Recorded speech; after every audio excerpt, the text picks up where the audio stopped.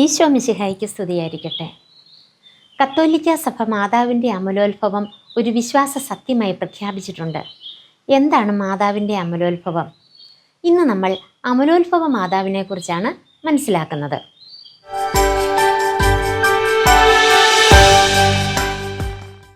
ദൈവമാതാവാകാനുള്ള സ്ത്രീ എന്ന നിലയിൽ മറിയത്തിന് ദൈവം സമ്മാനിച്ച ഒരു സവിശേഷ വരമാണ് അമലോത്ഭവം.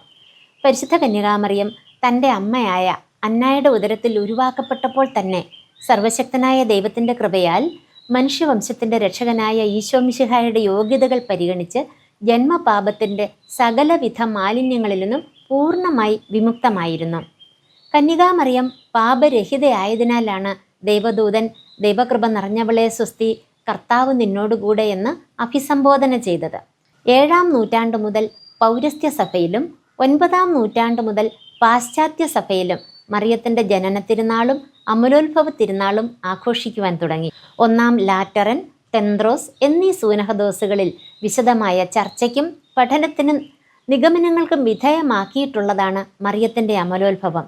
ജോൺ രണ്ടാമൻ, സിക്സ്തൂസ് നാലാമൻ, പോൾ നാലാമൻ തുടങ്ങിയ മുൻകാല മാർപ്പാപ്പമാർ അമലോത്ഭവ സത്യത്തെക്കുറിച്ചുള്ള സഭയുടെ വീക്ഷണം വിശദമാക്കിയിരുന്നു.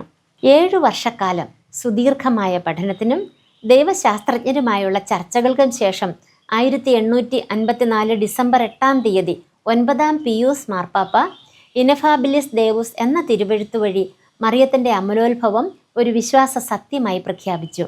ഡിസംബർ 8-ാം തീയതി അമലോത്ഭവ തിരുനാളായി നിശ്ചയിക്കുകയും ചെയ്തു. മാർപ്പാപ്പയുടെ ഈ പ്രഖ്യാപനത്തെ ഉറപ്പിച്ചുകൊണ്ട് 1858 മാർച്ച് 25-ാം തീയതി ലൂർദിൽ ദൈവമാതാവ് ബർണദീത്തയ്ക്ക് പ്രത്യക്ഷപ്പെട്ടുകൊണ്ട് പറഞ്ഞു, ഞാൻ അമലോത്ഭവയാണ്. വിശുദ്ധ ആൻസലേം ആണ് അമലോത്ഭവ തിരുനാൾ പാശ്ചാത്യ രാജ്യങ്ങളിൽ ആരംഭിച്ച വിശുദ്ധൻ. കാൻറ്റർബറിയിലെ എഡ്മർ ആണ് അമലോത്ഭവത്തെക്കുറിച്ചുള്ള ആദ്യ പ്രബന്ധം എഴുതിയ സന്യാസി. 4 മുതൽ 11 വരെ നൂറ്റാണ്ടുകളിൽ അമലോത്ഭവത്തെക്കുറിച്ച് സാക്ഷ്യം നൽകിയവർ വിശുദ്ധ എഫ്രേം, വിശുദ്ധ അഗസ്റ്റിൻ, വിശുദ്ധ അംബ്രോസ് എന്നിവരാണ്. വാഴ്ത്തപ്പെട്ട ഡൺസ് സ്കോട്ട്സ് ആണ് പരിശുദ്ധ കന്യകയുടെ അമലോത്ഭവത്തിൻ്റെ വേദപാരംഗതൻ എന്നറിയപ്പെടുന്നത്. മറിയത്തിൻ്റെ അമലോത്ഭവ സത്യം സ്വീകരിച്ച് അംഗീകരിക്കുന്നവരെ അനുകൂലിച്ച് സോളിച്ചിത്തുഡോ എന്ന അപ്പസ്തോലിക ലേഖനം അലക്സാണ്ടർ 7-ാമൻ പാപ്പ 1661 ഡിസംബർ 8-ന് പ്രസിദ്ധീകരിച്ചു. ക്ലെമന്റ് 11-ാമൻ പാപ്പയാണ് 1708 അമലോത്ഭവ തിരുനാൾ സാർവത്രിക സഭയിൽ ആഘോഷിക്കുവാൻ നിശ്ചയിച്ചത്.